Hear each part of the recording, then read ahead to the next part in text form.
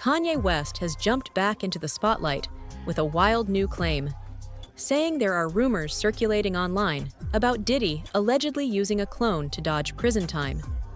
Social media is now buzzing with theories that the person currently at Fort Dix might not be who people think he is, and the latest leaked clips only added fuel to the chaos.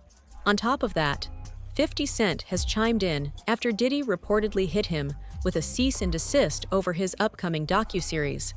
There's a whole lot of noise surrounding this story, so let's break it all down. Diddy has a clone. Apparently there's this thing spreading around where people are saying that the person that's actually in jail is not the real Diddy. Let me catch you up to speed. This is a real photo of Diddy. Notice the markings on his face?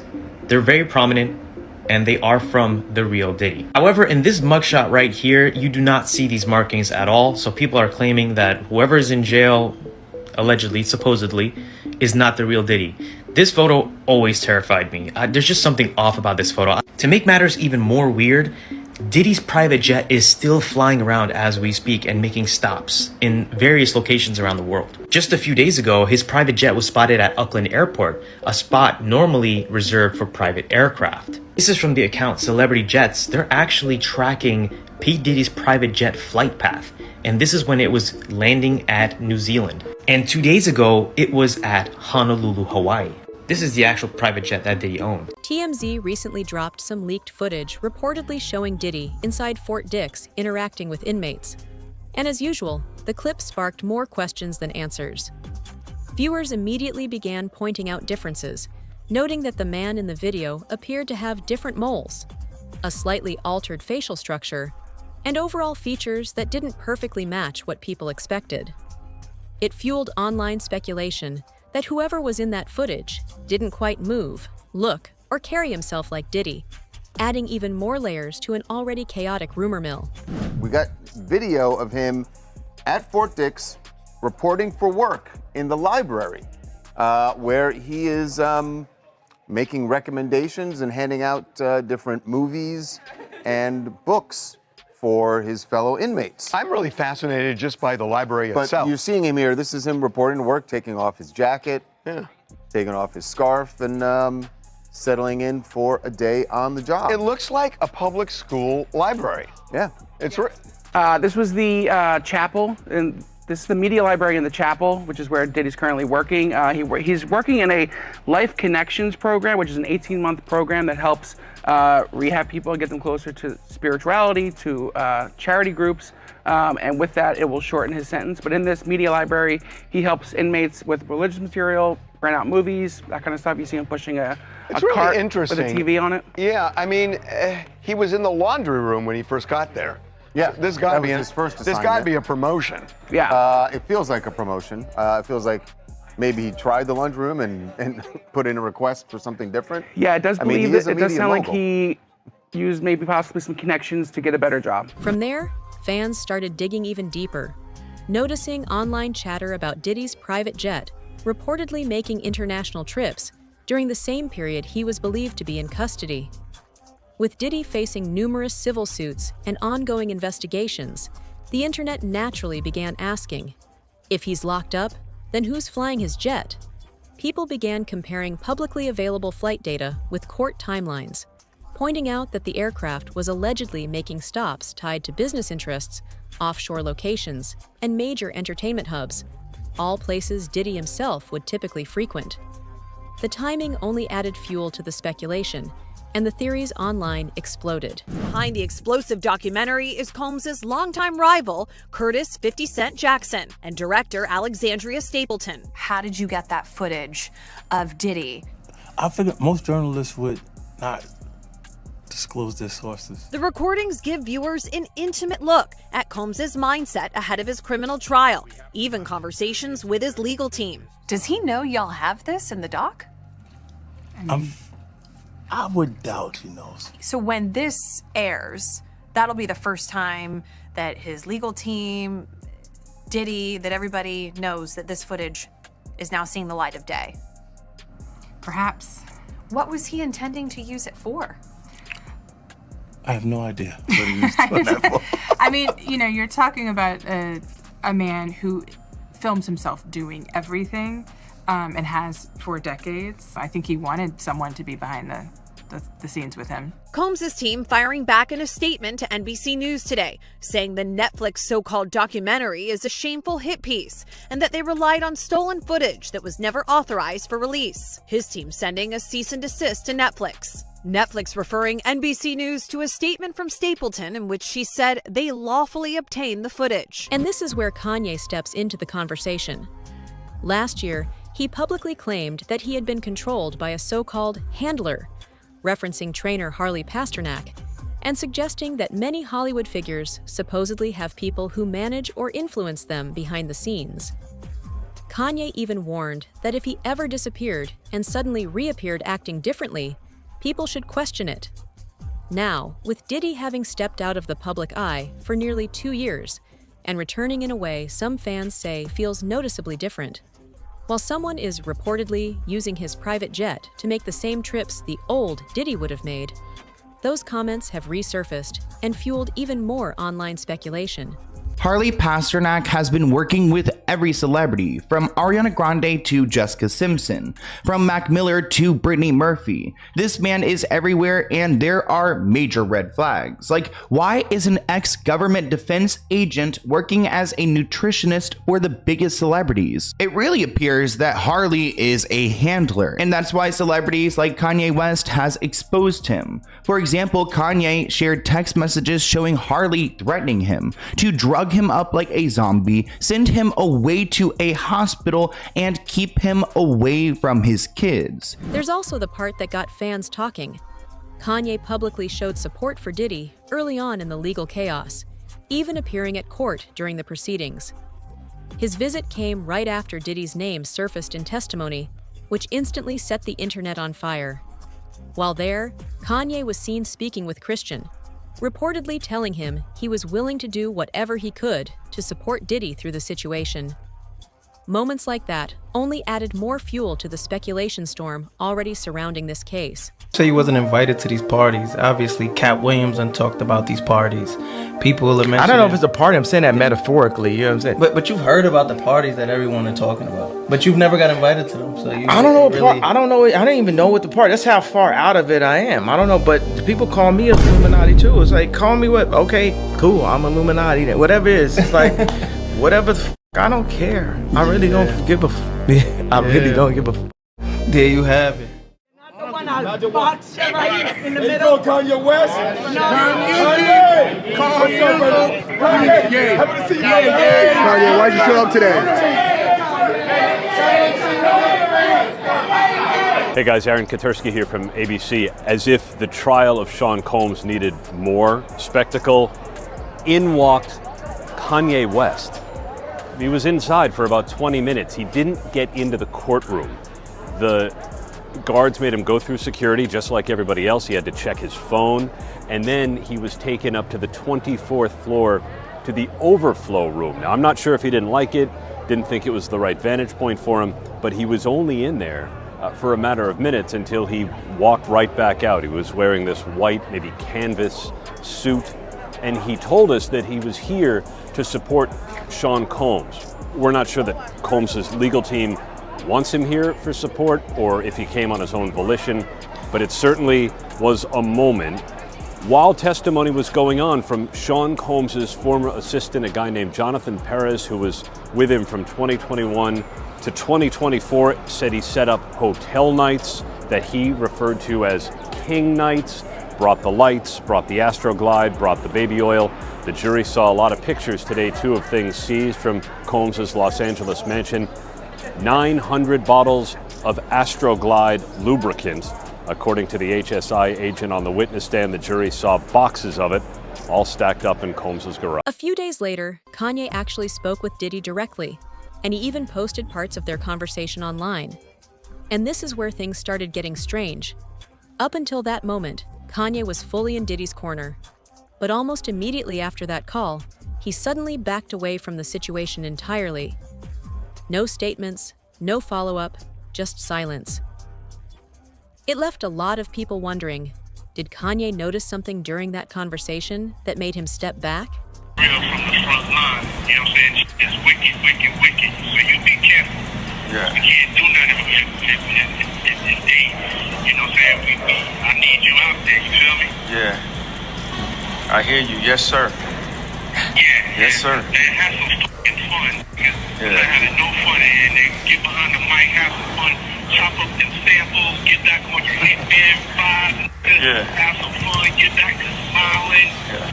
These other motherfuckers, they're wasting your time, big. Yeah. You know what I'm saying? Yeah. Hollywood and cloning conspiracies have been floating around for years, and they always spark huge reactions online. Last year, Orlando Brown even claimed that Kanye had been cloned, and plenty of people ran with that theory. Kanye himself has talked about cloning before, and once made a bizarre comment about Elon Musk, joking that Elon might be half Chinese, and suggesting pure speculation that multiple versions of him could exist. He even threw in a wild line about Obama for good measure. These comments didn't offer proof of anything, but they definitely fueled the internet's obsession with cloning rumors all over again. Actually realize like how there's a taller Kanye and a smaller Kanye, taller Kanye and a smaller. They're fighting for who's gonna be Kanye. They're fighting for who's gonna be Kanye, dude, right in front of you. And it's like, yo, bro, leave my brother alone. So Orlando is claiming that there were two Kanyes, but he isn't new to crazy claims, so he may not be the most reliable source. After this claim made by Orlando Brown and all the controversies he was in, Kanye shared a message from his personal trainer Harley Pasternak that was quite haunting. This is the guy Kanye was with when he was first taken to the hospital and given meds for his bipolar disorder. Harley has worked with many celebrities, including many people who have died to drug-related incidents like Mac Miller and Brittany Murphy. This has led theorists to believe that Pasternak may have had a hand in these people's deaths. Kanye West calls Twitter chief Elon Musk a half Chinese clone engineered like Obama. Boom! Musk says he's taking West's comment as a compliment. That's great. That's great. Well, there you go. You let him back on Twitter. Jesus Christ. Enough already. Well, just, yeah, he's not right, but duh. Kristen Cavallari has jumped into the conversation as well. On her podcast, she talked about the online cloning rumors surrounding Kanye and said she personally believes celebrity clones could be real. She even suggested Kanye might have been replaced at one point, pointing to changes in his appearance and the stretch of time when he stepped away from the public eye. Whether you believe it or not, her comments only poured more fuel onto an already blazing conspiracy. Well, Kristen Cavallari, renowned hip-hop critic, is weighing in on Kanye West. This seems bizarre, especially because the way she's not actually, I guess she is sort of waxing, she's remembering the good old days with Kanye. And she seems to think that the Kanye we're seeing now is not the same Kanye. I don't mean that. Like literally a different person. She's talking clones. Why? We'll get into that, but here is her theory. Kanye is a clone. I wholeheartedly believe what I'm about to say. I think there are clones, and I'm gonna tell you why. Remember, he was really talking a lot. The cabal didn't like that, you know? The Illuminati, the cabal, they did not like how much he was saying. He was calling a lot of people out, and he said, if I go away and I come back and I look different, that is not me. If I ever went anywhere, we'd know why. What happened? He was gone for a little while. No, hold on. He wanted to gain weight. I would do that too. I'm going to do that next summer. Look at him. Compare old photos of him. It's not the same person. It's not. Don't cancel me, Hollywood. I don't know if Hollywood's going to cancel her, but you know who did cancel her, which I'm sure actually feeds into Kristen's conspiracy theory? Who? TikTok. That clip from her podcast she posted it on TikTok, and they took it down. In fact, did they shut down her whole page? No, they took that post down. And I mean, this is just gonna feed into more of these crazy conspiracy theories. Obviously, TikTok took it down because it was a community guideline violation. That's what they're saying. Well, what guideline? Talking about the Illuminati? I mean the fact that that she's talking about a conspiracy theory and her only evidence is that he looks And it's not just Diddy and Kanye caught in these online theories. In later episodes, Kristen Cavallari pushed the cloning conversation even further, extending similar speculation to Britney Spears. She suggested that the version of Britney the public sees might not be the real her, a claim that stirred up a massive reaction. Cavallari even said Britney reached out to her about the rumors before allegedly going silent again. And honestly, When was the last time someone like Britney Spears personally reached out to address internet speculation? It only added more intrigue to an already bizarre storyline. Because I'm obviously on to something. I'm on to something. Kristen Cavallari is trying to set the record straight about comments she made about Britney Spears after the Hills alum recently shared on her Let's Be Honest podcast that she believed the Lucky singer was a clone. Kristen reveals on her November 5th episode of her podcast she received an interesting request. I get a call from my publicist. Okay, so he calls me and he goes, "Guess who wants your phone number?" And I went, "Who?" "Britney Spears." And I'm going, what? I'm not gonna lie though, at first, you guys, because okay, if you didn't listen to the last episode Justin and I did, go listen. But we talked about Hollywood conspiracies, and I said, my big thing was Kanye West, I think, is a clone, but also I said Britney is not Britney. The 37-year-old who previously met Spears at her Las Vegas residency in 2014 explains that she felt the pop legend had heard about the comments she made on her podcast and wanted to dispel the rumors. So my initial reaction was, I was scared. I'm not gonna lie. I was honestly like, oh my God. Like you thought it was the Illuminati or the cabal? Like they're on to me, man, okay?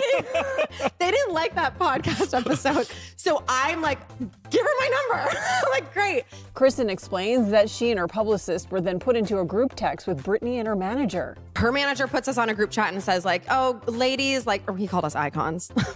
But gotta get that two in there. icons coming together, blah, blah, blah. And then Britney sent me a text and I'm not going to read it. I would love to read it. Just take my word. Why on would you that. love to read it? Because I know why you would love to read it. It was a bit of a roller coaster. And it was like, no, that's Britney Spears. Nobody can fake that that's not, or it's the Britney Spears that's put out to us right now. Because it was Or like it's one her big run-on clone. sentence. Or it's her clone. Her clone let me know that she's not a clone. That's a red flag. Only a clone would say something like that. This isn't as wild a leap as some people might think, at least not in the world of internet speculation. Online discussions have long claimed that Diddy maintained close connections with powerful figures, and whenever those rumors resurface, people start imagining all sorts of scenarios. Whether any of it is true or not is another story entirely, but the idea that the government could pull something like this off is exactly the kind of theory that keeps these conversations alive. And so now we have two people come out saying that Diddy was talking to the feds.